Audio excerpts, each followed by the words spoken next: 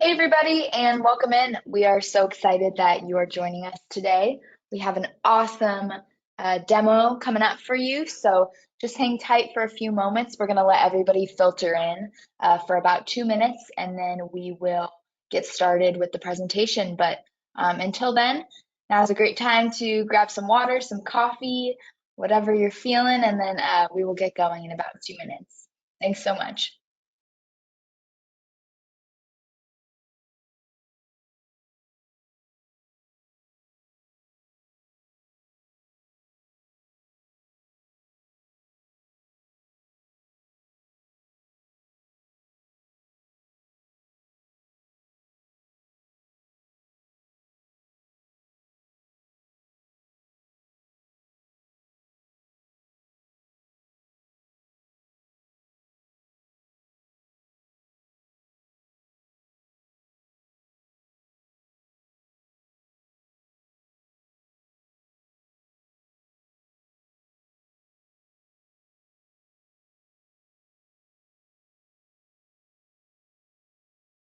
If you're just now entering the meeting, we're just going to give everybody about 1 more minute to get situated, and then we'll get started. Thanks so much.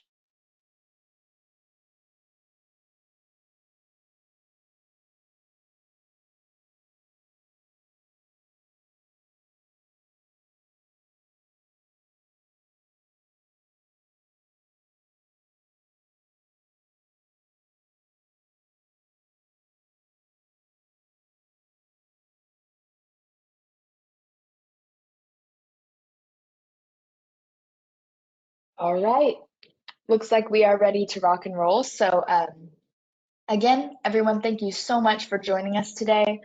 We have a great presentation and demo in store for you. And at this point, I am going to turn it over to Chris. Thank you, Madison. Hello, everybody. Thank you for joining us today on this week's webinar. Today's webinar will be focused on lateral movement with AttackIQ. So what that is, how you can essentially emulate attacker behavior as it relates to lateral movement in your environment. So a little bit of a background. My name is Chris Carrion. I'm a current solutions engineer here at AttackIQ. So my previous experience in the cybersecurity industry comes from my commercial and DoD, focused previously in network, threat intel, SOC, incident response, and customer success. And right below there, you can contact me at my email address, or if you want to connect with me via LinkedIn. There's my link there. If you have any questions, feel free to grab those contacts and reach out to me. So this is a quick agenda of what we'll cover.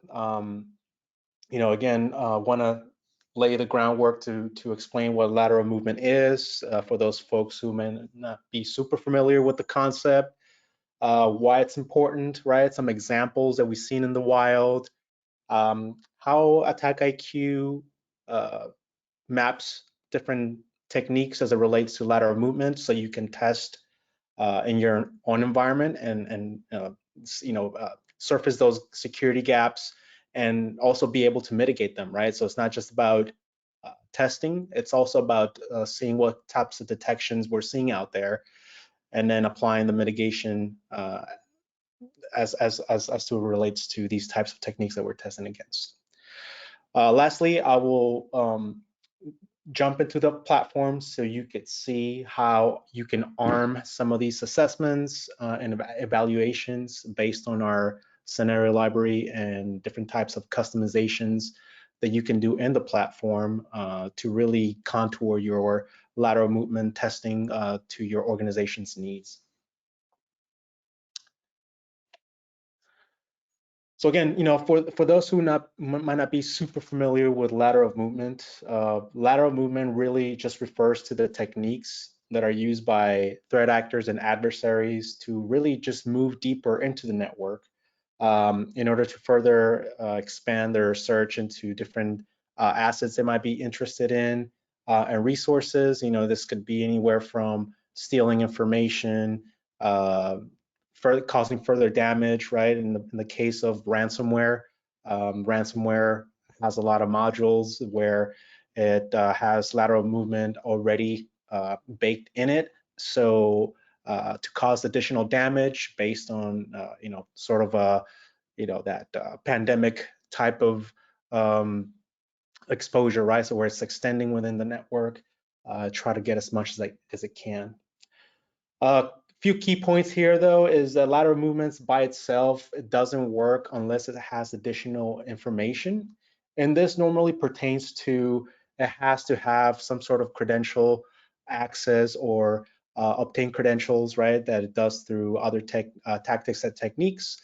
Within the modern attack framework, this usually falls within the credential access tactic, and within that tactic in itself, there's a lot of ways, a lot of techniques that adversaries achieve the credential theft, right, in order to essentially do the lateral movement.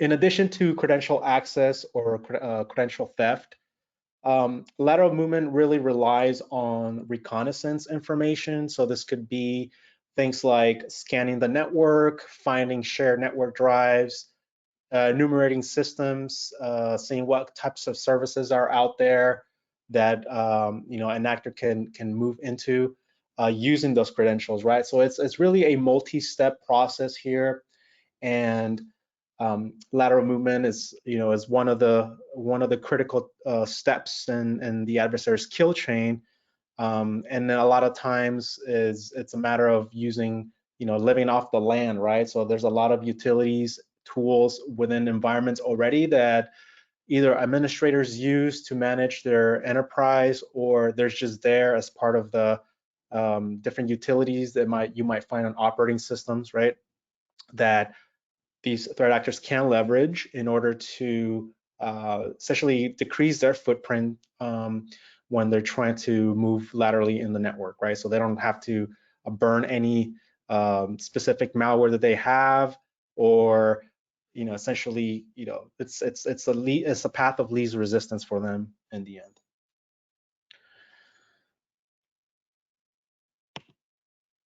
So what does lateral movement look like in AttackIQ? So essentially, at this point, AttackIQ being a BAS, a breach and attack simulation and security control validation platform, you have a lot of ways that you can test lateral movement in the platform. And we have a few testing modalities that you can leverage within the application in order to test your controls for these types of techniques. You'll see here on the center where we're talking about atomic testing, and this is just really scenario-based testing, unit testing, if you will, where we're just really trying to validate a specific technique as it relates to lateral movement. Again, please keep in mind that additional information is needed to execute these types of scenarios. That will be some type of target and credentials that we can test against. We also have another modality called attack graphs. MITRE calls these attack flows, but essentially what they are is a sequence of events that have some logic in them. So, if, then, or, right? So when we're talking about attack graphs, we're really talking about testing part of the kill chain, if not the entire kill chain, then in itself contains lateral movement tactics and techniques and sub-techniques. So it's sort of a full spectrum emulation when we're talking about emulating real adversary behavior on our production environments. An attack graph will be something that will be better suited for that. But if you want to just do validate controls to see if they're able to detect and mitigate, prevent activity, maybe you want to do more atomic unit testing, and then move. As you master these techniques, you can do more complex emulations such as attack graphs. The third lateral movement methodology that AttackIQ embraces is what we call network boundary protection or network controls validation. And this essentially entails replaned traffic that has specific profiles such as lateral movement, but essentially everything under the MITRE ATT&CK framework can be replayed anywhere from execution, initial access, exfiltration, for example. So within that capability, doing traffic replay for lateral movement is something that you can do in the platform. Now here on the next column here, as you're seeing some of the cybersecurity technologies that we're able to test by testing lateral movement, and that includes things like endpoint detection and response, or EDR, next generation firewalls, normal firewalls, and even host-based firewalls. Microsegmentation technologies is another control that you can test lateral movement on. Obviously, with microsegmentations, you have policies in place that limit, or at least should limit the this type of activity of lateral movement, right? So moving, trying to scan or trying to log in different workstations or servers or services that are not in the immediate periphery or not specifically permitted. That's something you can test as well. Group policy objects as well. Again, speaking to accounts and these different group policy objects, maybe you have defined certain accounts not to be able to access different tools. And so if you see an account, a privileged access account, sort of using these tools that that weren't supposed to be using, that then something is wrong, potential lateral movement activity is happening, and so we can also exercise those policies to be able to test lateral movement there. So this is a kind of real world example of what lateral movement looks like in the wild. You might see OSINT reporting, or just an analysis on campaigns, activity, ransomware, and threat actors that leverage different types of lateral movement. So this is an example of a CISA advisory listing some of the technical details, and then with that technical details here highlighted below, you could see that they're using various tools such as Systems BC, PowerShell Empire, and Cobalt Strike to move laterally within the context of Vice Society ransomware. And here it's very interesting that they mention, living off the land techniques, targeting, legitimate Windows management instrumentation applications. And you'll notice here as well that they actually included the technique T-code, if you will, to show you exactly how that maps out to the MITRE ATT&CK framework. In AttackIQ, obviously you can map directly these different tactics and techniques to different scenarios, and so you're able to arm your own assessments based on these types of reportings. If you are a subscriber of threat intelligence, for example, I used to work for Recorded Future, so what we did for clients is we built very customized reports based on research affecting their verticals. And so we sort of did the same, where we added context to the threats and added MITRE ATT&CK techniques and their associated T codes, so they can also test for those that activity themselves and see if they were exposed. So as I was saying, we can emulate lateral movement in the platform, and usually this is a combination of different tactics and techniques. Lateral movement, again, is a critical aspect of this, where the adversary is going to dig deeper into the network, do more reconnaissance, escalate privileges. So this is sort of a loop, right? An iteration of processes until it moves higher in the kill chain, when we talk about exfiltration, impact, and those sort of tactics that are sort of at the end of the chain, right? Again, in AttackIQ, we can directly map these tactics and techniques to different scenarios, and when we jump into the platform, I will certainly show you how you can do that yourself. or how you can at least search, filter, and build your own assessments there. So a little bit about how this is all done on the back end. This is sort of the validation architecture that our solution leverages. So obviously you have access to the management platform. This is where you essentially validate your controls from. This is where you automate the whole process, the reporting, analytics, dashboarding, insights, and the automation piece. Usually we host this within our own SaaS platform, but clients, especially in the federal space, have the option of deploying on-premise. So it could be self-contained, on-premise, air-gapped, if you will, to be able to do the testing without relying on our SaaS platform. So this is the first component, the management platform. The second component that drives the whole validation process is what we call the test points. Now, these are essentially thin agents that are installed on your premise environment and on your endpoints. And the purpose of these agents is really to do the testing themselves, right? They execute the scripts, attack scripts on the local environment, and then they determine whether that tactic or technique was successful or not successful, and that it, in terms of prevention or no prevention, right? While that's taking place, and the data, the outcomes and the findings get represented back here in the management platform. What you'll see here is the third component called the integration manager. Now, the integration manager is an application that is also installed locally on-premise on the customer's environment.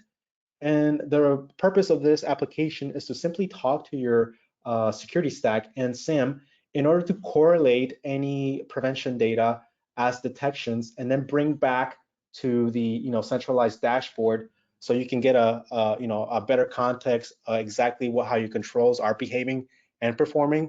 So we believe that communicating with your security infrastructure is an important aspect of validating security controls, right? So we call that validating the security pipeline. So it's a feedback loop that not only are we proactively testing for different access and techniques as lateral movement, but also looking for responses to see how those controls are behaving. With that, we do have access to the web user interface, which we will jump here in a moment. But you also have the ability to drive and manage the whole platform using the open APIs endpoints, right? So executing assessments, loading scenarios to assessments, retrieving results. That could also be done from our REST APIs. So a lot of customers don't even have to log in. They could extend the capability of AttackIQ with other tools. We're talking about orchestration, ticketing tools as well, which are mainly API driven. You also have the ability to really automate externally out of AttackIQ to make it even more seamless. So again, speaking a little bit of testing modalities, we have atomic, anatomic, and network. Atomic simply means we are able to test a few techniques regardless of their outcome.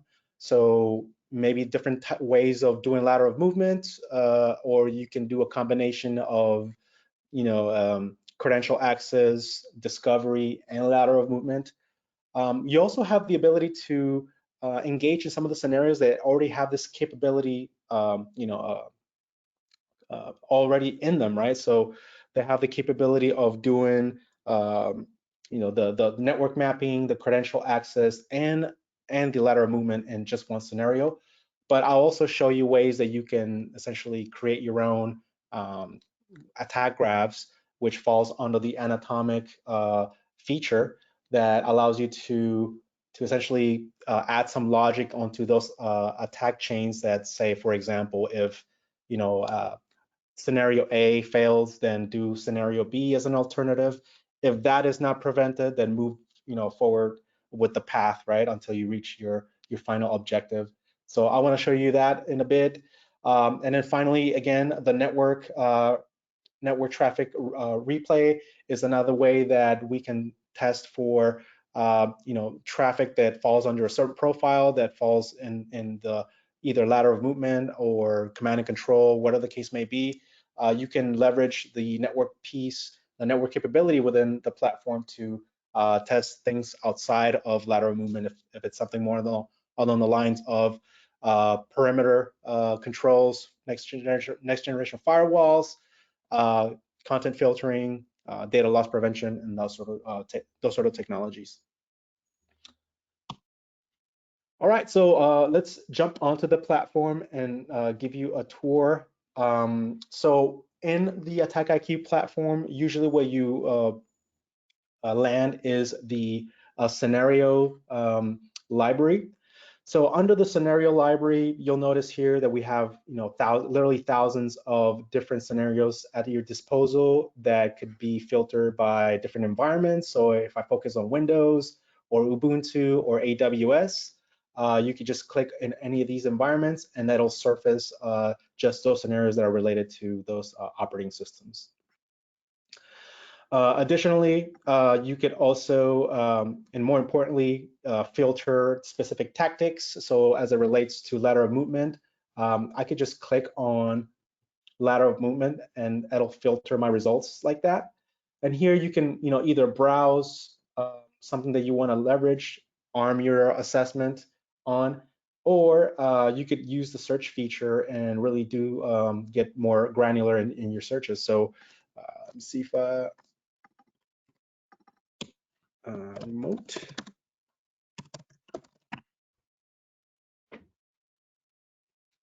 So this is an example of something more defined, which falls under remote services. We have a lateral movement scenario that is kind of self-contained, and what I mean by that, it already has all those other tactics and techniques from previous steps. Again, I'm talking about discovery and credential access in particular, that you don't need to add other scenarios to execute. So taking a look at the details here, essentially what you're seeing here is a description of this particular scenario that deals with lateral movement. So we're gonna be providing you with the description, exactly how it's gonna execute this scenario. Everything you see on the scenario library is tagged. So if it's associated with any threat actor, tactic, campaign, malware, reporting, so on and so forth, everything is tagged and you can search that in the search bar. You can even download the source code for any of our attack scenarios. So if you wanted to inspect the actual libraries codes that we use as part of these attack emulations, you're absolutely able to do that.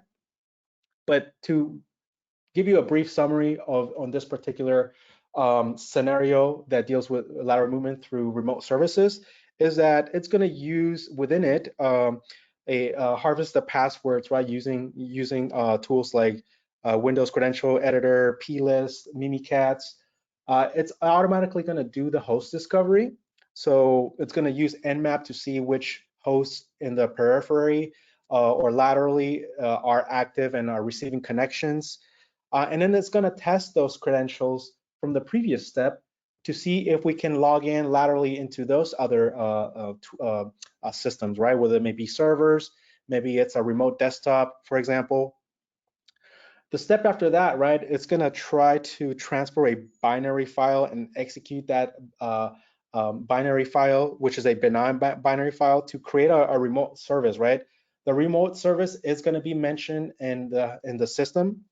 And this is temporary and benign, and the reason for doing this is because we're trying to see if we could do an exfiltration of files via HTTP, right, which you can see right here. So this is a self-contained process that you can leverage just with this one scenario.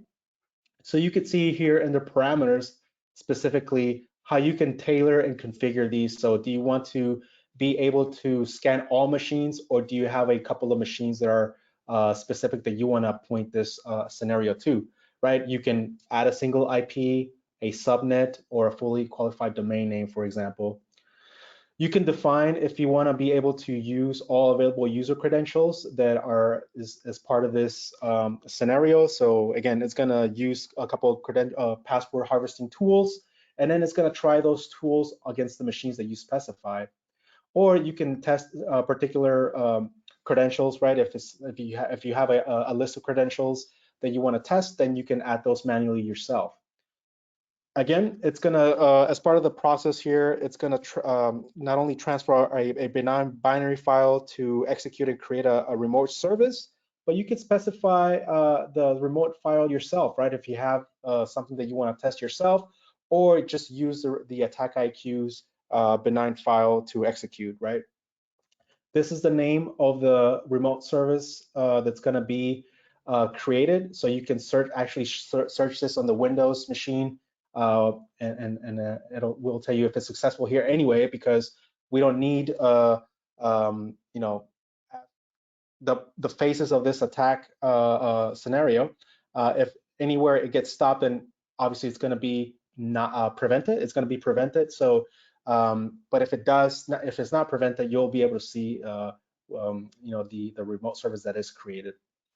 Again, I got to emphasize that everything is rolled back as part of these scenarios. So what I mean by that is any temporary files, registry changes are rolled back, are removed, are revert back to the way they were before. So that's because, you know, we abide by a clean desk, do no harm policy. We do test in production. Therefore, you know, we want to make sure that we clean up after ourselves. Right, so what I want to do next is actually show you an example of the type of data that you will be seeing if you're running these types of assessments and scenarios continuously. What you're seeing here is an example of our dashboarding that is totally customizable. If you're familiar with Kibana, you know that you can just grab data fields and then really craft any type of visualization dashboards to really suit your needs. But we do provide you with a few templates that you can leverage in your environment.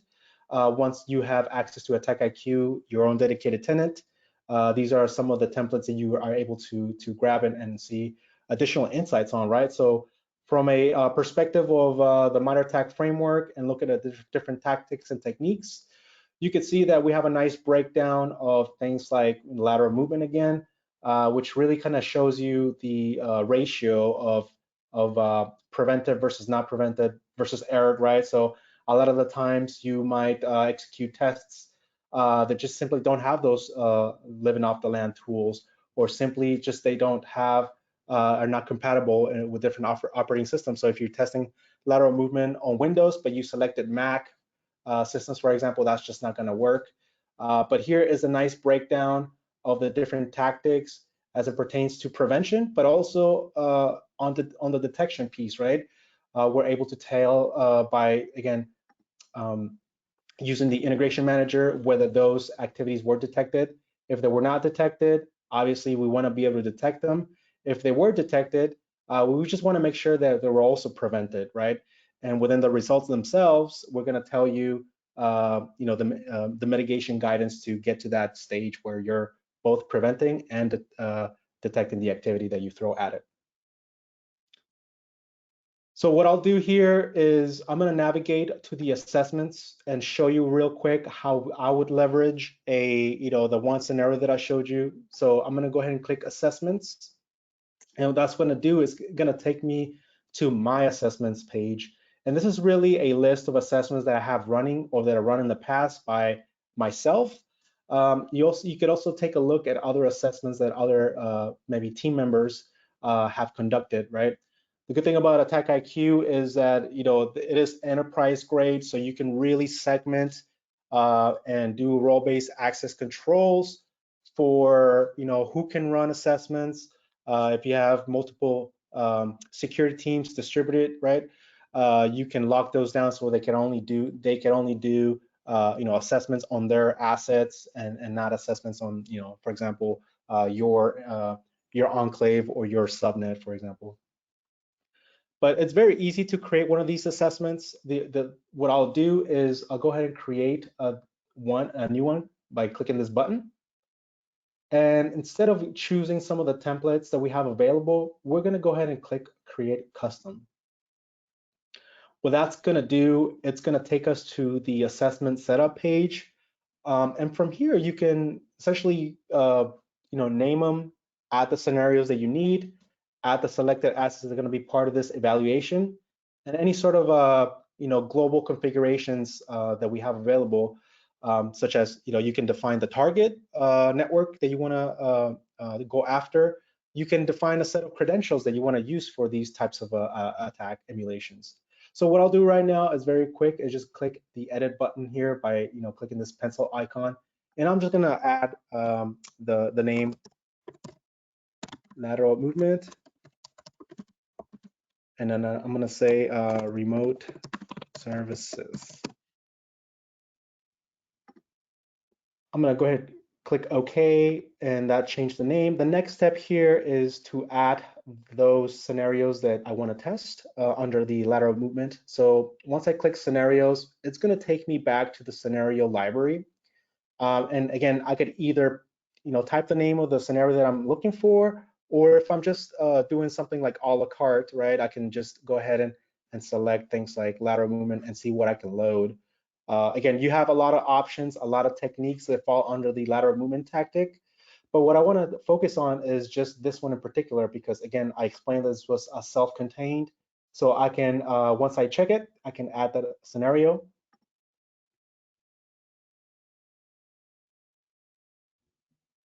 And once that is loaded, you'll see that the scenario name is here, and we map your technologies that you have or your controls that you currently have. So which ones are we going to test? We have the mappings to the detections as well, and then we just give you an idea of what type of capabilities you're testing, right? We're testing a lot of them, so they fall under EDR, endpoint firewall, network IDS. If you have those controls, those are going to be exercised. If I take a look at the configuration for this particular scenario, you could always configure it. Again, I'm simply saying I want to be able to scan all machines and use the credentials that I found on those machines. So again, self-contained, you don't need a lot of information to get going here. So if I'm satisfied with my current configuration, I could just click apply. Click done. The next step is simply to add those assets that are going to be part of this test. Click the pencil icon here, and then you can select from the current inventory of test point agents you have deployed in your environment. I guess this comes in handy if you have different systems or test points throughout your environment that might be located on different business units, organizational regions, so on and so forth. So I can say, hey, I'm running, a different security tool, and I actually want to see how these two fare against each other, right? So we call that drag racing, where you can test different products, using the same tactics and techniques to see which one actually works for you. So once I'm satisfied with that, I'll go ahead and click apply. And the next step is to simply click continue, right? Now you have armed the assessment and you can run it, or you can schedule it to run at a certain point in time. The scheduling piece is very beneficial in that you can automate this type of test. And so in terms of change management or configuration drift, if we were running these types of tests all the time, so if anything changes in your network or somebody changes a policy, a configuration that affects your security, you're able to essentially identify that very quickly, drill down to the specific data where it happened, why you were able to do lateral movements when you weren't before, and then really start the investigation and remediation aspect. That really comes into play in two parts here of AttackIQ, which will be the reporting capability. You can add reports to indicate what type of audiences I want to send this information to. If I want to generate a detailed report that contains exactly the scenarios, the descriptions, the outcomes of the tests in addition to mitigation options.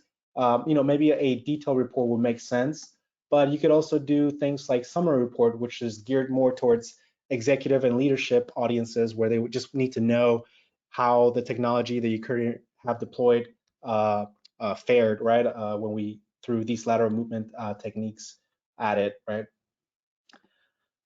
So yeah, very simple to do that. The other piece that comes into play where the red teams, blue teams, and purple teaming can work together here is within the notifications.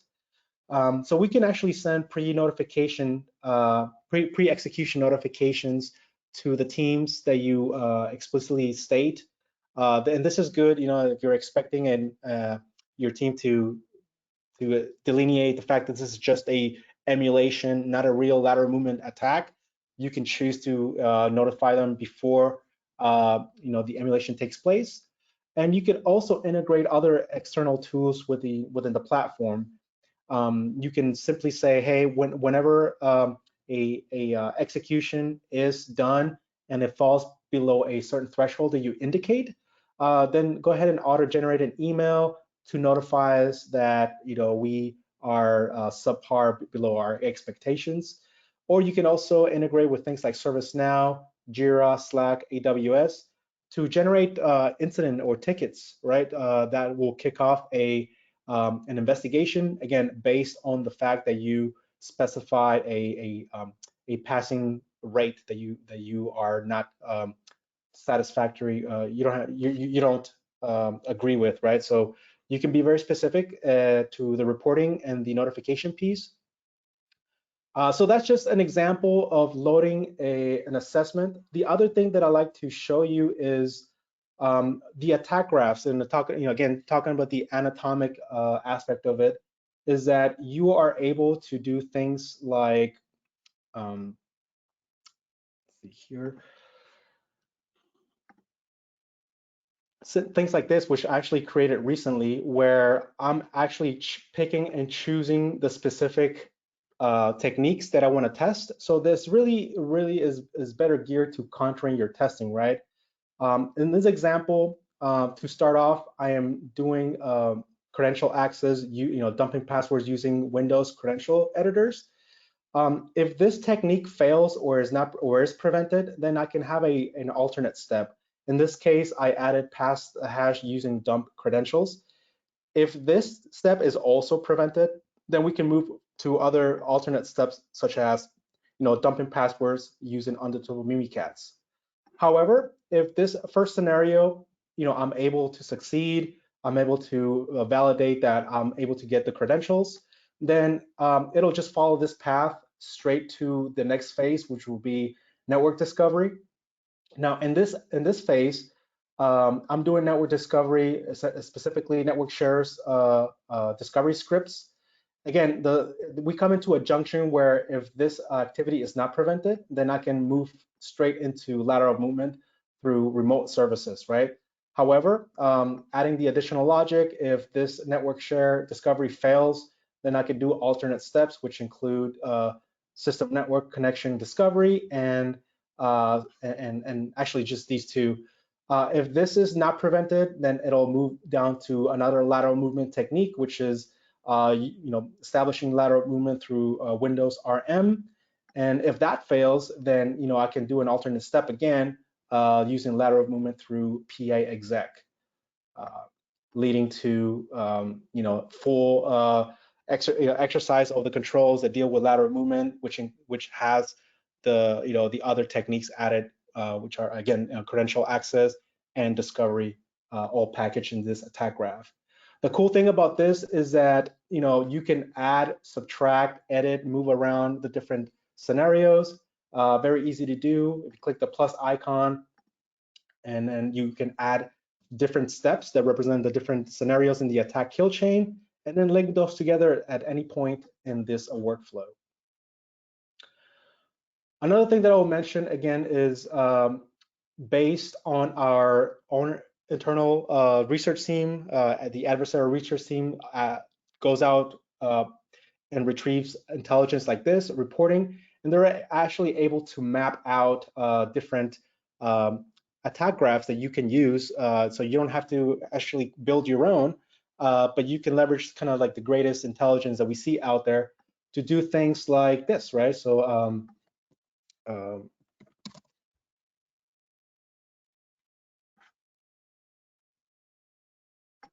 so I click on the details here. You could see that we have one already made based on specifically on this advisory.